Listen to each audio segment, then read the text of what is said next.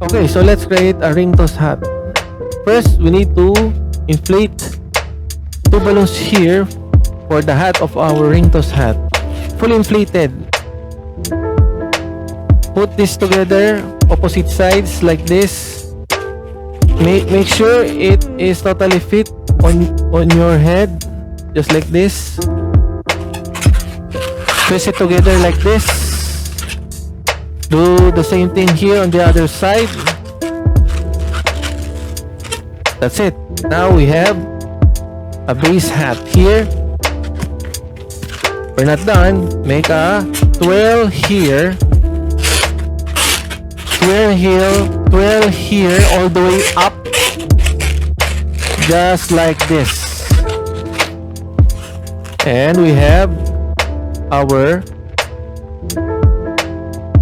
ring toss hat. We need, of course, a ring. So let's inflate two balloons here, fully inflated. Let's make a loop here, just like this. It's like a fish figure with the small tail here. Just repeat the process, and that's it. So you may put this here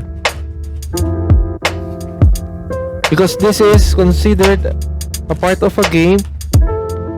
So someone would put this hat and everybody would toss this balloon through the head or through that person that is wearing this kind of hat.